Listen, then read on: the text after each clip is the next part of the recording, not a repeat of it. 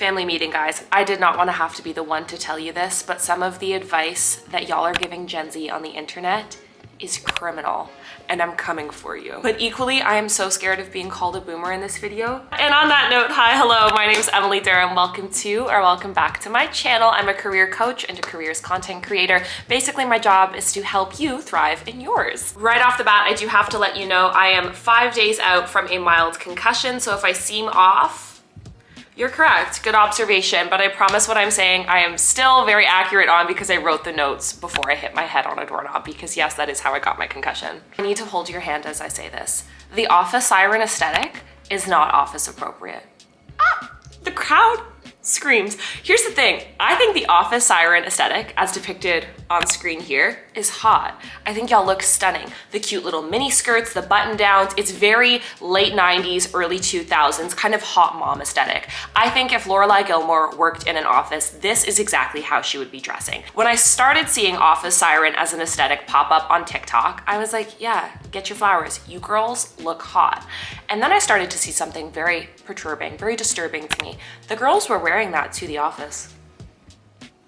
Mini skirts, backless, upper thigh showing, yitty out in the office? Now there is an asterisk to this, because when we talk about what is deemed office appropriate and what is deemed like dress code approved, dress codes inherently are very misogynistic. Most of the dress codes that we see in corporate America, I live in Canada, but same shit, in the corporate world are predominantly policing women's bodies. Very rarely is there a dress code that specifically targets men. There's definitely a part of me that wants to sit here and say, resist, fight back, wear whatever you want, don't let anyone tell you how to show up, don't let anyone police your femininity. That is my like feminist brain. That's what in my heart I want to tell you. But unfortunately, having worked in human resources, if I gave you that advice, you are being set up to be fired or punished at work in many different ways. Can we talk about that one video of the girl writing her out of office? Can we hold space for that? In today's episode of Corporate Tea, there's this woman who is going viral on TikTok because of her out of office messages. She's gotten like 3 warnings from her manager about her out of office messages. First, she had like silly stories, and then she started getting to more serious stories, and then she started giving health tips on her out of office message. Believe it or not, there are some work environments where having, maybe not to this level, but having like a fun out of office is totally appropriate. When I was working in tech, I remember there was one person, every time she would go out of office, her out of office would be, if this is an emergency, call 911, nothing we do is an emergency. And I thought that was so funny. I've seen other people explain where they're going on this trip and like adding photos, blah, blah, blah. All of that is appropriate based on your work environment. If I pulled that shit when I was working in investment banking, they'd be like, you are so deeply unprofessional. Get the F out of here. You need to be aware of what is and isn't applicable for your industry, okay? There are some things that are okay. Do I think having like an actual storybook, if you're out of office, is ever work appropriate? I don't think so. Because to me, that screams, why do you have this much time on your hands? Are we not busy enough? As a rule of thumb, let's just keep your out of office simple, professional, and clean. Now, this leads me to something I don't agree with, but that is a common notion about Gen Z and even younger millennials in the workforce. And it's that we're too casual. As we know, boomers and older millennials were raised in a corporate setting where a lot of that corporate jargon and corporate speak was necessary to survive. If you didn't know how to talk about circling back, about 100 ways to skin a cat, all of these very strange terms that were almost exclusively used in the work setting, you actually wouldn't be able to have conversations and understand the undertones of what was being said around you. A lot of that language thrives, as much language does, being in person and being in office with each other. Think of the same ways that like our English language has started. It was people around each other using language, and that's how it evolves. That's the same way corporate jargon has evolved in the office. But then we had a fundamental shift in that, where for almost 3.5 years, a lot of us weren't in the office because of the pandemic. And you had one generation that was used to that language and another generation who frankly never had exposure, didn't see the value. And in my opinion, there's no value in that language. It's exclusionary and it's very privileged, because it's either you had access to knowing or you didn't. Gen Z is kind of taking it to the other end of the spectrum, where they're not using these like corporate speak terms, and they're not using just general professional language. They're actually going all the way casual. Like I'm talking, I have heard people call their manager bruh. I've heard people say on God in a meeting. I've heard people reply to emails saying 100. And I think it's funny, but that's because I'm young, guys. Your CEO, who is what, like 62, he's not laughing. He doesn't know what the fuck you're talking about, dude. As much as I tell you be your full self at work, there is a professional filter that has to go on in order for you to be successful in your career. And if you listen to this and say, I don't want to do it, that's fine. You don't have to do it. I'm just telling you what you need to do to be successful in the way that the corporate world is set up today. If you want to be successful, you still need to have that professional tone in your communication. You still need to play a little bit of the office politics bullshit. If you are just going to be blunt and say whatever you want, I'm telling you right now, it is not going to work out for you in the long run because, say it with me, who are the decision makers? Old white men. There's lots of talk on TikTok about quiet quitting. Okay, just to be clear, quiet quitting has always existed.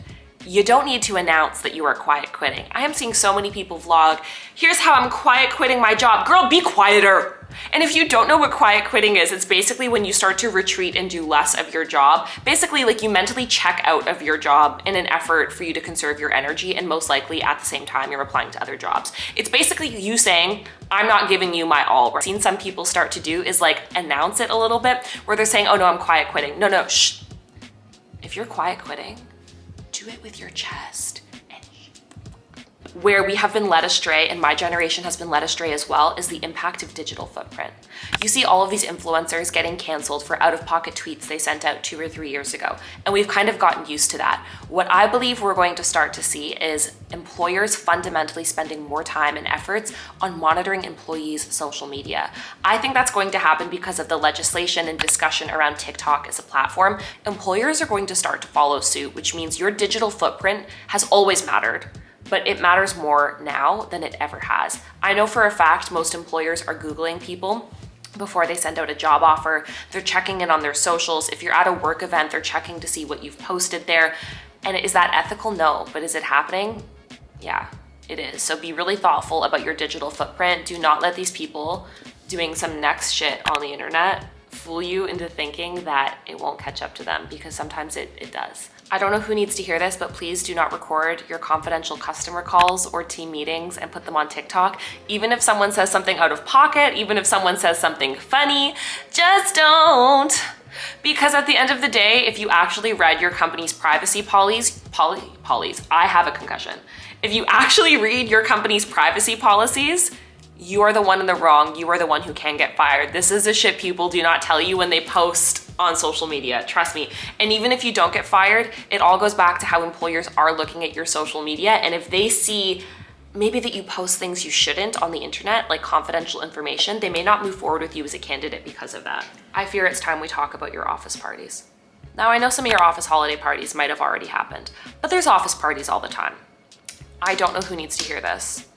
You will get fired for shenanigans at your office holiday party. The last thing that I want to call out is the quit your job phenomenon. I know everyone is talking about, if you don't like that job, quit that shit. I'm like that too. I always say, if you're gonna let a job make you miserable, don't. Quit that job, leave that job. Also, if I'm sitting funny, it's because my leg is so unbelievably asleep. I'm too old to be sitting on the floor like this. And while I do agree that if a job is impacting your wellness, your happiness, and your health, leave, because why on earth are we prioritizing a job more than we're prioritizing our own needs and our own desires? But I don't think there is enough nuance about this on the internet. I don't think we are talking enough about how you need to have financial backup plans before you quit a job. So this is the only other thing I'll say. On average, it takes about 6 months to find a new job, and that's from start to finish. Now, the job market right now is not fantastic. I do suspect we're probably looking at closer to like 7 months, maybe a little bit longer, to find a job that you're really excited about.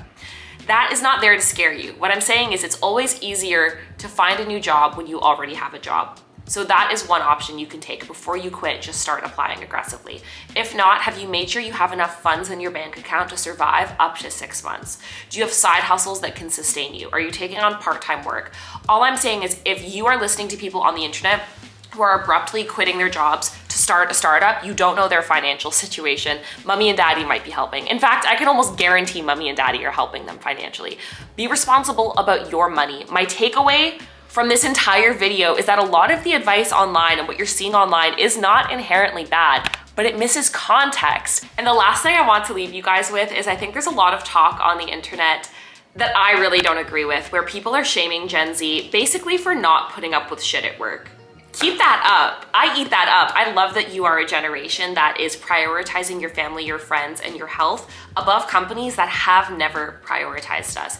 So the purpose of this video is not at all to make you hyper loyal to companies or shrink yourself. These are just things to be aware of that I think it's important for you to know.